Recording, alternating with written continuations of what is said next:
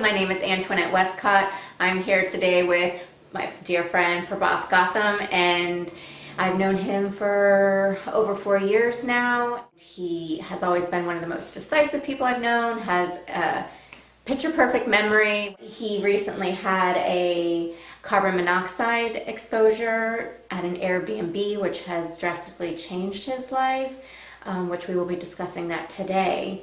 So Prabhath, can you describe to us that Airbnb experience and how it has changed you? Yeah, thank you, Antoinette. So I stayed in Airbnb in December of 2019, and I was set to stay there for a month. And I was excited, it was my first Airbnb experience. I'd heard great things about what Airbnb was like. And the first day I got there, you smelled like a gas leak that was there. We reported it to the owner of the property, and a few weeks later, I had a friend that came by and she said she could smell gas leaking again. And then we, contacted the fire department, the gas company, and they came in, and when they did an inspection, they found that there was a gas leak from a heater. There's also a hot water heater installed in the bathroom. That was a problem. And I think the biggest thing I learned from that experience was we have this assumption of safety when we rent Airbnbs. When you're going somewhere, you think, okay, it's going to be safe, it's going to be great. And for me, after being there for 18 days of exposure to this carbon monoxide, I definitely have experienced memory loss. It affects your energy level, affects your just everything. And what I would really want everyone to think about out there is, like, before you book an Airbnb or before you book any of these sort of new things that are out there technologically, to really look into it, check the safety, because the reality is, you're really putting yourself at risk in a way that I would have never thought I was at risk. I thought I was staying at Airbnb like I'm staying at a hotel, and it was very different than what a hotel experience would be like. But you didn't initially know that you were being exposed to the carbon monoxide. You didn't know on day 1 or day 3, like, the severity of your exposure. You just thought, oh, I smell some gas. I wonder if there's a little leak. Well, can you tell me how you realized that there was a gas leak? Initially, on the first day, there was a smell of gas, and then, I'd left the property that night and didn't even stay there. And when we reported it, the owner said that they would fix the problem. And I think, in hindsight now, what I've learned is you put your life at risk. Like, one of the doctors that I saw said, after 2 or 3 days, you could die from gas leak exposure. And hundreds of people die every year from carbon monoxide exposure. So I think, it's those things where you don't smell it, you don't really know it's there, and then once you realize it's there, the level of danger, that's why people say it's important to have your carbon monoxide detectors, keep constantly change the batteries, make sure that that's like up to date, because if it's not, then you literally are putting your life at risk. After being there for a few weeks, I had a friend that came by and she thought she smelled a gas leak again, and at that point I thought, okay, let me reach out to a good friend who's a forest firefighter and have him come by and just see if there's an issue. And when he came by with a carbon monoxide detector, it immediately started going off. And he said, we need to vacate the property right now. This isn't safe. This could be really dangerous. So we exited the property and then called the gas company. And then later that evening, the gas company came there. And the representative from the gas company said that, you have situations with 2 heaters. One is a regular heater that's next to the bed. Like, there's an issue where that's leaking gas. And the second hot water heater is in the bathroom. And he said, because there's no ventilation there. You're in a bathroom, and if you're showering in that bathroom, all of the heat and everything accumulates. If you don't open the window or you don't leave the bathroom door open, it's setting yourself up for a chance where you could blow up. And I never ever thought about that. I never had been at a place where there's a hot water heater in a bathroom. The representative from the gas company said, that's not supposed to be done that way, and it is dangerous to have it in the bathroom. I mean, the one thing that I look back on is when I turned the water faucet on in the bathroom, it would make a clicking noise for it to catch before the hot water would turn on.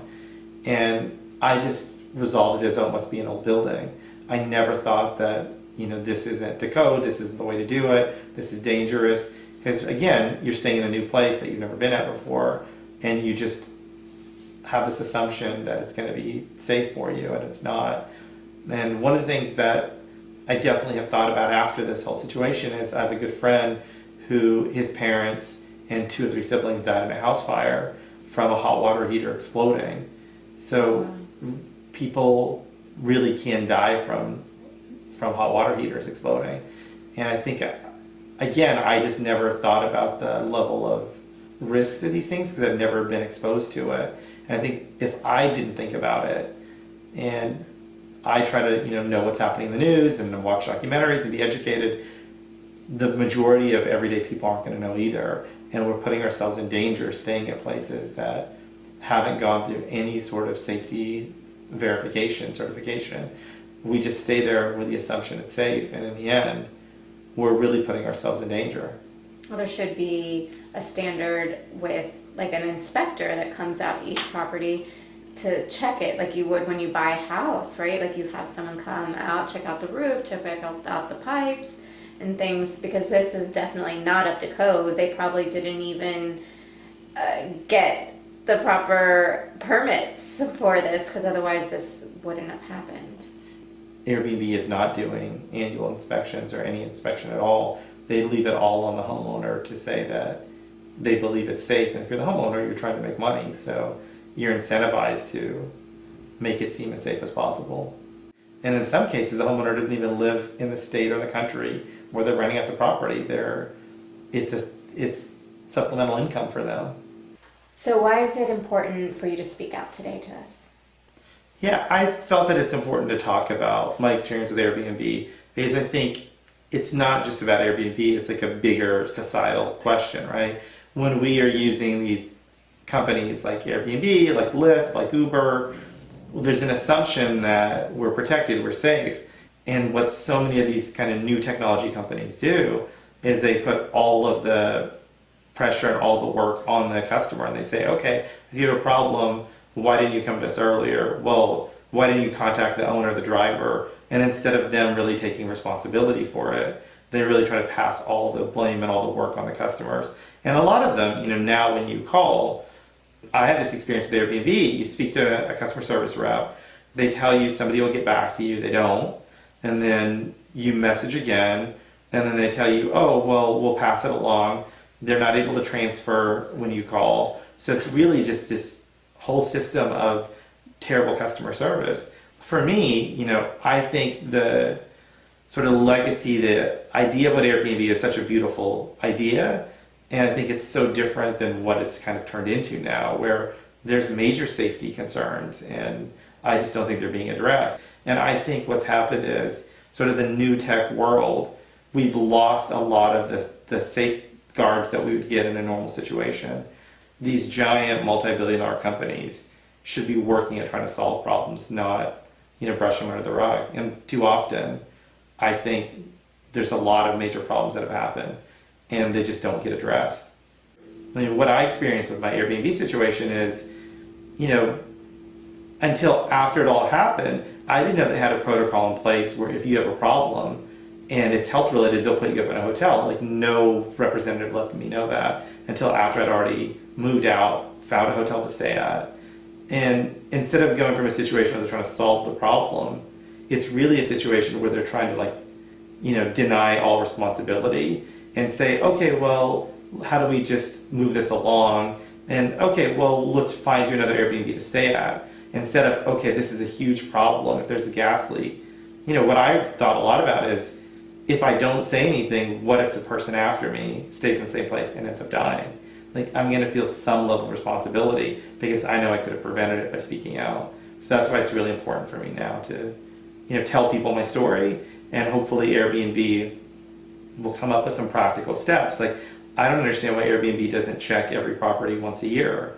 Like, I think there should be safety check when somebody tells you there's a hole on the second floor of a house that's big enough to fall to the bottom floor, and that property is rented out as an Airbnb. That's pretty severe. Yeah, and how dangerous is that? And imagine if somebody has a 2-year-old child and they fall through. And the person that told me the story said that place was rented out regularly.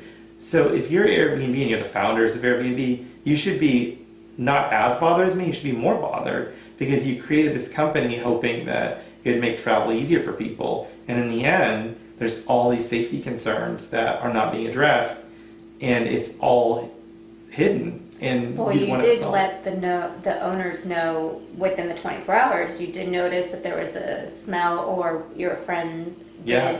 and they said they fixed it and lied. They didn't, because then that Right. means they would have had to relocate the entire heater. Yeah, and I think what happens is, and for me, I have a lot of sympathy for the people that are renting out their properties, right? They're, these aren't multimillionaire people, right? They're individuals who find this to be a way to have like supplemental income, right? So they're renting out a spare room. For me, in my case, I rented a guest house. And from their perspective, if there's a problem, they're going to try to hurry up and fix it to the best of their ability, right? They'll try to do it on their own. They'll have a friend do it. They have people that are not, these are not trained professionals that fix, like something like a gas leak. That's something you would want to bring in a trained professional to do it. And whenever the owner said they took care of it, in hindsight now what I realize is the owner's incentivized to fix it as quickly as they can fix it, or at least say they fixed it, to keep you there as a tenant, right? That's sort of the mentality, which is sort of my bigger concern about all these new technologies, right? When you had companies like Lyft and Uber that were giving bonuses to the drivers to do more rides in a day, that's a public safety concern. You don't want drivers doing 40 rides in like 7 hours. You want them driving safely. You want passengers to get from point A to B. I think we've all been in Ubers and Lyfts that where the driver was definitely driving too fast, you didn't feel safe, and you're concerned. In the case of an Airbnb, you assume a basic level of safety, and there's a problem, you want it to be addressed. And I think with these third-party apps, they blame the property owner for everything. And it's like, well, it's an easy out to say, okay, it's their fault for everything. When as a company, you should have some level of responsibility if you're collecting, some amount of the money. And I think, I don't think we ever want to like remove responsibility from the property owners. For sure, they're responsible. But I think companies like Airbnb, Lyft, Uber, they have responsibility too. They should be doing more than creating apps that make money. They should worry about the safety of their customers. And if they truly are worried, they should release all the data about how many people have died, how many people got injured, how many assaults have happened, and then what are they going to do to address that and change that? Because the reality, right, is one is too many, but how many people have been harmed? And why do these giant companies hide that data? That's a good question. I mean, and I think there's good answers from these companies that they could provide, which is the truth. And that's really what I'm hoping for. I think that's why, I've decided it's important for me to speak out. And, I think about the doctor that said to me, you could have died by having your exposure. And how shocked I was to hear that, because I would have never thought renting an Airbnb could kill me. The appropriate response from a company like Airbnb should be, okay, we're shutting down these properties until we investigate, rather than, oh, well, we're going to let these people keep renting it and we'll figure it out later. And really the renter, it's their responsibility to have notified Airbnb of a problem within the first 24 hours. Like, they're really putting all of the onus and all the work on the customer. Where you're a customer, you're just staying at a place.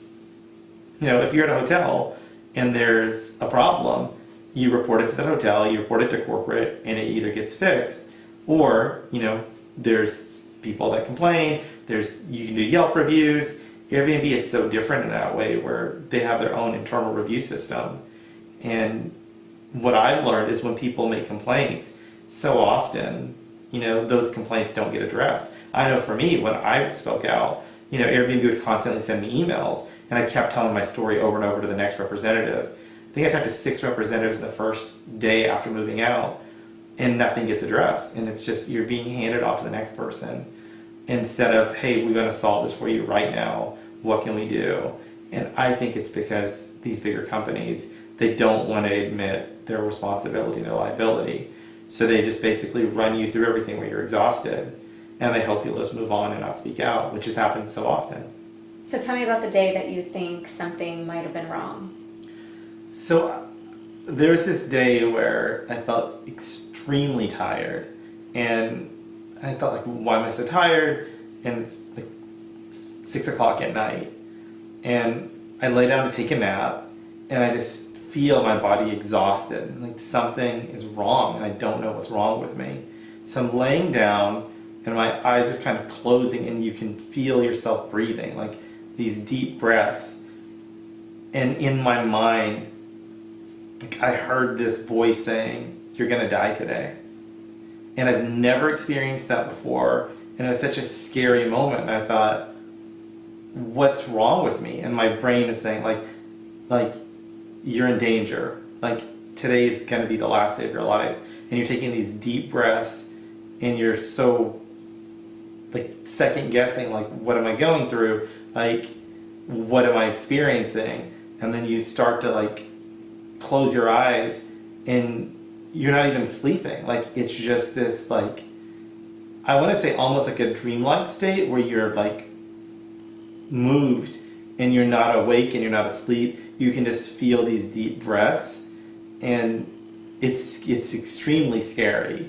And when I look back on it now, I think that was my brain saying, like, you're having too much exposure to carbon monoxide. Because I had stayed in the place for a couple straight days at that point and hadn't left at all. So this was, you know, on a weekend night, and I think, you know, your brain starts to like go into self-preservation mode, and then at some point, you know, it was scary because like your eyes are closing. Then I pictured my father who's passed, and I pictured Anka. So it was really like a big moment where I was like, you feel like you're like you're disappearing, you're going somewhere. Who's Anka? So Anka was a child that I was a bone marrow donor for in 2001, and sadly she passed 13 months later. And after 9/11, you know, I was in New York on 9/11 to fly back to LA. I thought it was really important to do something to give back, and I became a bone marrow donor. And then she passed 13 months later. And I think, you know, I think of her, she's, you know, an amazing child that, you know, I got to talk to her a few times before she passed. But I think when I saw her image that day, it really concerned me, because I don't know if it's that you're realizing you're passing and you're going to see these people that have passed, or you just don't know what's happening and you're just scared. Like there's a definite fear that day. And I think that's what's happening that day. Like, I really, you know, I've never before since ever been in that exhausted a state of like not knowing why I'm like powerless. And I really felt like if I go to sleep today, I'm never going to wake up. Do you think Airbnb is a terrible company? So I don't think that Airbnb is a terrible company. I actually have always used Airbnb as an example of, you know, the kind of model of what companies should be. Like the story of the founders, right? They were art school students. They realized that hotels were really expensive. So the Air and Airbnb was, the idea was they're going to use an air mattress. And so you'd go to a conference somewhere, you'd sleep on an air mattress in somebody's living room, and be able to stay like for an affordable price in somebody's living room and be able to travel. And the idea was just so beautiful. And then when I've seen interviews with the founders, I think if I met them, they're the kind of people you'd like. They're people that are saying like, hey, we want to modernize the hotel experience. We want this to be so much easier for you. And I think their vision of what their company was amazing. So I really think that, you know, Airbnb as a company from its inception had such a beautiful mission. And I still think there's amazing things that Airbnb can do. Like the idea of going to a different country or a different state and being able to stay somewhere for an affordable rate, and you check yourself in and there's no long lines. Like, there's a lot of great things that can happen. I would just hope that Airbnb as a company would focus more about the safety of the people that stay there. Because if you think about like staying at a place, you know, when you look at renting a hotel anywhere, staying anywhere, safety is really one of the top concerns. I believe it's the top concern for people. I think it's safety and price that people look at. And if there's not safety, the affordable price isn't worth the affordable price. I really appreciate you speaking out today and telling me about your story, and hopefully saving some others from their future experiences. Thank you, Antoinette, for doing this interview. And I appreciate that this is a subject that's important to you and that you want to discuss, because really the way we're going to create change is by having these kind of conversations and holding those big companies accountable and hopefully being partners with them to fix the problems for everybody. So thank you for wanting to discuss this today. Absolutely.